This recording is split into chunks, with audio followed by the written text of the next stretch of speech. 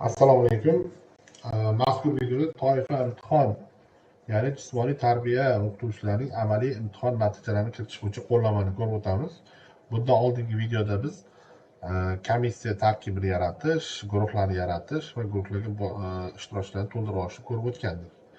Biz hozir guruhlarni yaratib olganmiz. Endi vedomostiga kiramiz. Guruh vedomosti. Guruh vedomostiga o'tamiz. 3 ta guruhimizga ishtirokchilar to'ldirilgan. Ya'ni bu markaz tomonidan to'ldirib berilgan barcha ma'lumotlar. Bu yerda kod orqali ko'rishimiz mumkin. Baholash yulduz orqali natijalarni kiritamiz va oxirida tasdiqlashimiz kerak. Demak, bitta narsaga e'tibor berish kerak. Tasdiqlanayotganda ma'lumotlarni birinchi to'liq barcha ishtirokchilar natijalari kiritib bo'lingandan so'nggina tasdiqlash kerak. Ya'ni bitta ishtirokchini kiritib bo'lib, natijasini kiritib bo'lib oxiri tasdiqlab olsak, videomiz yopilib ketadi. O'shanga e'tibor berasizlar. O'shuning uchun baholashga kirganda to'liq, masalan, 22 talik yo 30 talik barcha ishtirokchilarning natijasini kiritib bo'lgandan so'ng oxirida videomizni tasdiqlashga e'tibor berishimiz kerak. Demak, biz hozir bu yerda bitta ishtirokchini tanlab oldik. Daminov Islom To'xtamurod o'g'li. Bahoni bosamiz. Bahoni bosganimizda e'tibor bersak, jismoniy tayyorgarlik darajasi va maxsus tayyorgarlik bo'yicha normativ topshiriladi. Birinchi jismoniy tayyorgarlikni baholab olamiz. Birinchi navbatda o'sha imtihon topshiruvchi ishtirokchining, ya'ni ishtirokchiga ketamiz. Ishtirokchining yoshini bilib olishimiz kerak. O'sha yosh toifalari bo'yicha normativ belgilangan. O'sha belgilangan normativlar o'sha imtihon oluvchilarning qo'lida bor, mavjud.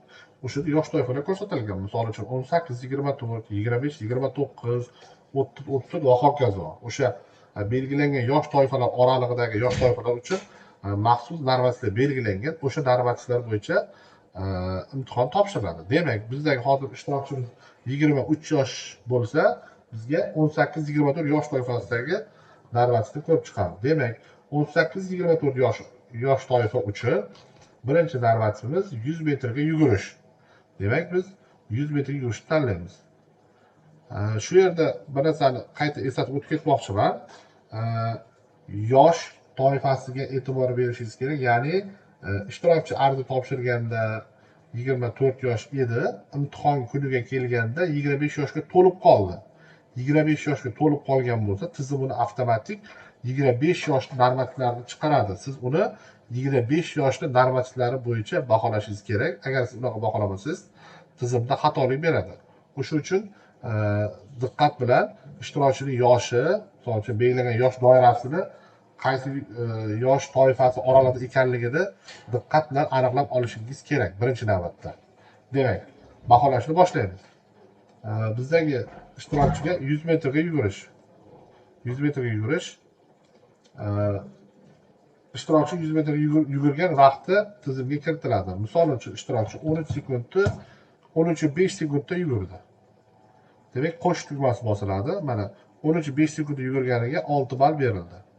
Qo'shishni bosganda pastga ma'lumot tushdi, saqlaymiz. Saqlaganda bizni ogohlantiradi.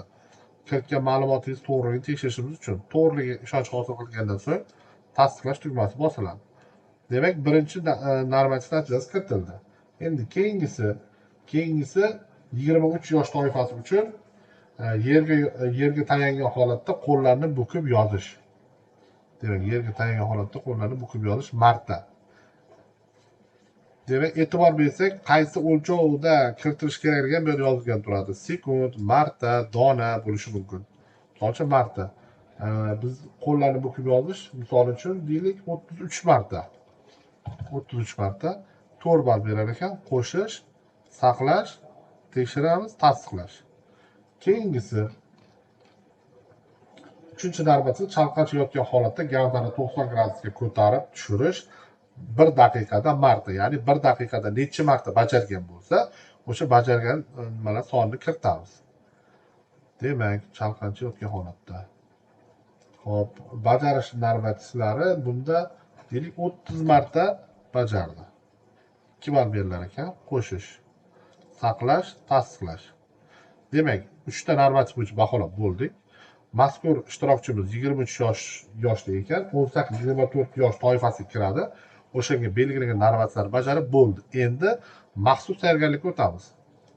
Maxsus tayyorgarlikda 1, 2, 3, 4, 5, 6, 7, 8 ta sport turidan ko'rsatilgan. 8 ta sport turi ichida bir nechta elementlari mavjud. Biz har bitta sport turi ichiga kirganimizda ichidagi sport turi ichidagi bir nechta elementlardan bittasini random axborot tizimi orqali o'zi tasodifiy tanlash orqali bizga tanlab beradi. Misol uchun gimnastika sport turiga kirganimizda tanlaymiz, mana bosganimizda gimnastika o'rindig'ida bir oyoqda 2-3 soniya davomida qaldiroq holatda turish texnikasi. Demak, bizga random dasturi mana shu elementni bajarib berishni tanladi. Demak, bunga mazkur element uchun 1 balldan 5 ballgacha 1-5 ball oralig'idagi ball qo'yiladi. Ya'ni texnikani bajarishi, to'g'ri bajarishi, qisman to'g'ri bajarishi, xato bajarishi o'sha holatlaridan kelib chiqib normativda ko'rsatilgan ballar bor. O'sha ballardan kelib chiqib bu yoqqa baho qo'yadi. Misol uchun biz 3 ball qo'ydik. Qo'shish. Saqlaymiz, tasdiqlaymiz. Xuddi shu tartib buni hammasi baholanadi. Endi keyingisi yengil atletikaga kirdik. Tasodifiy element tanlandi bizda. Yuqori standartga turish va standartdan chiqish texnikasi. Bunda ham o'sha yuqorida qaytarib o'tganimdek, o'zi belgilangan normalar ko'rsatilgan. Misol uchun qisman to'g'ri bajarsa 2 ball yoki boshqacha nimalar ko'rsatilgan. O'sha bo'yicha baho qo'yib ketamiz. Mana ketdi. Saqlaymiz, tasdiqlaymiz. Va hokazo hammasi xuddi shu tartibda to'ldiriladi. Keyingisi tanlaymiz, ixtiyoriy bahoni qo'ydik. Qo'shish, saqlash, tasdiqlash. Demak, mana natijalarni kiritib bo'ldik. E'tibor bersangiz bo'lsak, mana natijasi mana bu.